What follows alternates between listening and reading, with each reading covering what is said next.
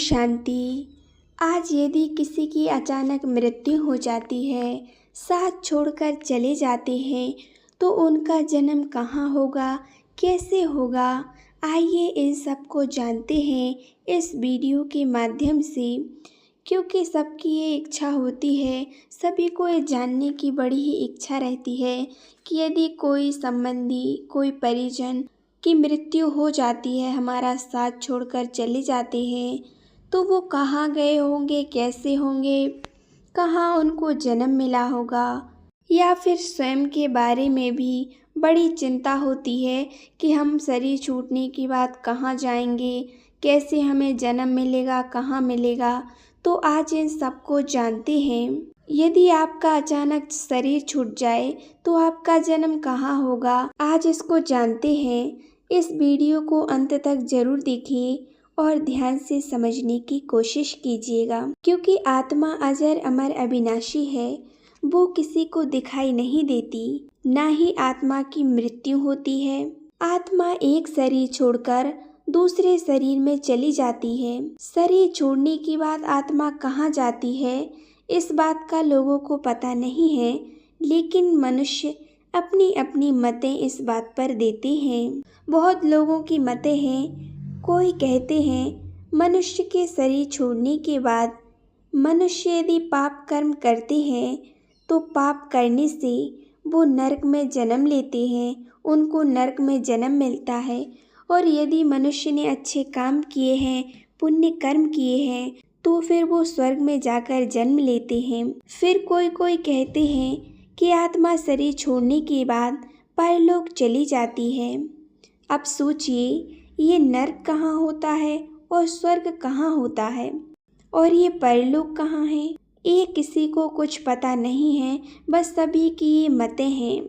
और बिना पते के शरीर छोड़ने के बाद आत्मा वहाँ कैसे जाती है? क्या आत्मा शरीर छोड़ने के बाद कोई उसको ले जाता है या भेजता है कि उसको कहाँ जाना है, कहाँ जन्म लेना है, या वो स्वयं की इच्छा से जाती है? यदि वो स्वयं की इच्छा से जाती तो सभी बड़े बड़े जगह जन्म लेते, कोई साहूकार के यहाँ जन्म लेता, गरीब के घर तो कोई पैदा ही नहीं होता। फिर तो किस आधार पर वो शरीर छोड़ने के बाद आत्मा जन्म लेती है, इसको आज अच्छे से हम समझेंगे। इसको आज बहुत अच्छे से समझना है। आपको खुद के जीवन से देखना है। यदि हमें कुछ करना होता है, कहीं जाना होता है, तो पहले हम उसकी तैयारी करते हैं। हमारे अंदर संकल्प में होता है, पहले हमारे उसके लिए संकल्प चलता है कि हम यहाँ जाएंगे। पहले हमारे संकल्प में, हमारे मन में होता है, फिर हम इस फिजिकल शरीर के द्वारा वहाँ पहुँच जाते हैं। लेकिन जब उस आत्मा के पास फिजिकल शरीर नहीं होता मृत्यु के बाद, तो फिर वो कैसे चली जाती है? जहाँ उसका संकल्प चला, अर्थात मन और बुद्धि जहाँ पर स्थित होगी, वहीं वो सूक्ष्म शरीर सहित वहाँ हाजिर हो जाएंगी। वो कितना भी दूर हो, कहीं भी हो, सेकंड में वो वहाँ आत्मा पहुँच जाएगी। लेकिन वो कहाँ कहाँ जा सकती है, उसको आपको समझना है। उसके मुख्य 3 कारण होते हैं। इन 3 कारण को आप अच्छे से समझेंगे। पहला जो कारण है वो होता है संस्कार। संस्कार माने जिसको लंबे समय से जो आदत है, उसे किसी चीज़ की कोई आदतें हैं, तो वो आदतें उसकी मन और बुद्धि को अपने आप अट्रैक्ट करेंगी, उसको खींचेंगी। किसी को लंबे समय से, मान लीजिए, नशे की आदत है, भले उनका कोई शरीर नहीं है, लेकिन वो आदत उनके मन और बुद्धि को अपनी ओर खींचेगी। तो वो नशे की आदत बस उनकी मन और बुद्धि कहाँ कहाँ खींचेगी? जहाँ कोई शराब हो, कोई नशे वाली चीज़ें हों, और जो नशे करने वाले लोग हों, उनकी तरफ उनको खींचेंगी और उनके आसपास वो घूमेंगी ज़रूर। कोई शराबी के घर और किसी नशे करने वाले के घर ही उनका जन्म होगा। इसी प्रकार मान लीजिए किसी के गाने में रुचि है, संगीत में रुचि है, या फिर किसी की और चीज़ में रुचि है, कोई अच्छा डांस कर लेता है, कोई गा लेता है, तो वो शरीर छोड़ दें, लेकिन उनका शरीर नहीं है, लेकिन वो मन के अनुसार, उनके मन और बुद्धि जहाँ खींचेगी वहीं उनका जन्म होगा।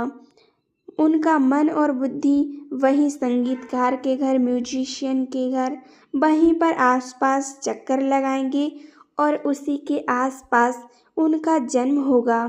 और वो बचपन से ही कोई अच्छा संगीतकार होगा, कोई अच्छा डांसर होगा। इस प्रकार के लोगों को हम देखते आते हैं। कोई बचपन से ही अच्छे गीत गाने वाले होते हैं, कोई अच्छा नृत्य करने वाले होते हैं, कोई बहुत अच्छे कलाकार निकल जाते हैं। बचपन से ही उनके अंदर ये कलाएं हमें देखने को मिलती हैं। यही उनका पिछले जन्म के संस्कार हैं जो प्रकट हो जाते हैं। अब दूसरे कारण है मन और बुद्धि को कहाँ खींचता है। हिसाब और किताब मन और बुद्धि को खींचते हैं।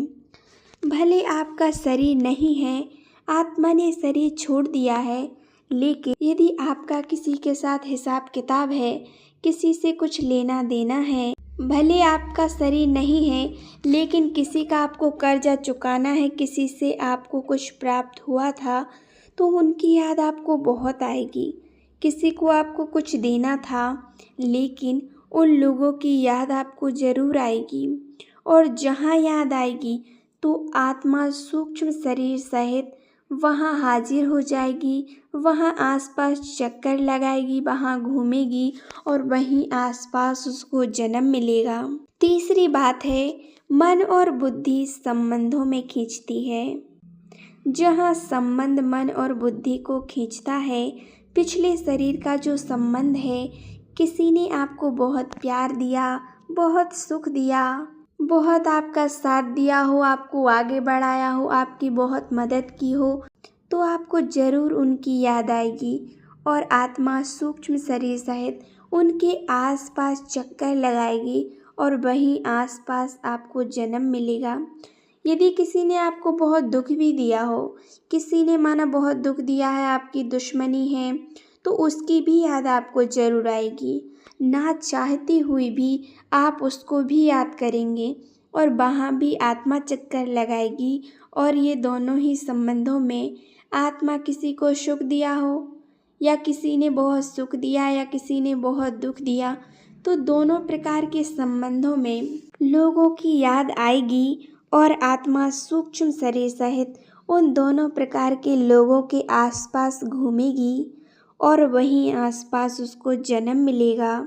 तो इस प्रकार से हम देखते भी हैं, किसी के घर में बच्चा जन्म लेता है, उनके नाम पर एफडियां बना देते हैं, ज़मीनें नाम कर देते हैं। या तो किसी के घर में बच्चा होता है, बच्चे से माँ बाप परेशान होते रहते हैं, बहुत दुखी हो जाते हैं और बच्चा बड़ा होकर तो माँ बाप को बहुत परेशान करता है, बहुत दुखी करता है, माँ बाप से प्रॉपर्टी छीन लेता है। इस प्रकार से बचपन से ही ये हिसाब किताब हम देखते हैं।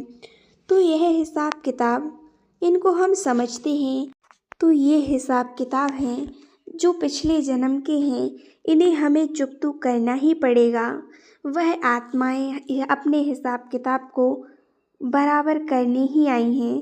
पिछले जन्म में आपने उसको इसी प्रकार से परेशान किया होगा, दुख दिया होगा, तो वो आपको भी उसी प्रकार से दुख देंगी। यदि आपने उसको बहुत सुख दिया होगा तो वो आपको भी सुख देंगी। लेकिन हिसाब किताब तो चुकता होता ही है। तो कहने की बात ये है कि शरीर छोड़ने के बाद भी आत्मा सूक्ष्म शरीर के साथ रहती है और अपना हिसाब किताब, अपने हिसाब बराबर करने के लिए आसपास के लोगों के चक्कर लगाती है और वहीं उनको जन्म मिलता है। इसीलिए जब मरने का समय आता है तो उनको खास गीता पढ़कर सुनाते हैं और खास उनको भगवान की याद दिलाते हैं, ताकि इस दुनिया की कोई भी बात वो पकड़ कर ना रखें, उनको याद ना रखें, उनको ये बातें याद ना आएं और इनके साथ बुरा ना हो। वो भगवान को याद कर सकें और उनकी सद्गति हो। लेकिन अंत समय में वो ही याद आएगा जो हमारे अंदर में छिपी हुई होगी, बहुत गहरे रूप से छिपी हुई होगी। कोई हमारी इच्छाएं हैं, तृष्णाएं हैं, गहरे रूप से किसी से प्यार है, किसी से दुश्मनी है, वही बात ना चाहती हुई भी हमको याद आएगी और इस प्रकार से उनकी गति होगी। तो इस शरीर को छोड़ने के बाद हम कहाँ जाएंगे, ये कर्मों पर डिपेंड करता है। अपने संस्कारों को चेक करें, अपने कर्मों को चेक करें। हमें हमारे कर्मों के हिसाब से ही दूसरा जन्म मिलेगा और अपने कर्मों के हिसाब से ही हमें कहाँ जन्म मिलेगा, कैसे मिलेगा। अपने संबंधों को देखें, अपने उन संबंधों को देखें, आप खुद ही समझ जाएंगे कि शरीर छोड़ने के बाद आपको जन्म कहाँ मिलेगा, कहाँ आप जन्म लेंगे, किस घर में लेंगे, कैसे लेंगे। तो मेन बात यह है कि आपको कर्मों के हिसाब से ही जन्म मिलता है और जो हिसाब किताब आपके रहते हैं उन्हीं के हिसाब से आपको संबंधी मिलते हैं और वहीं आपका जन्म होता है। ओम शांति, ओम शांति, ओम शांति।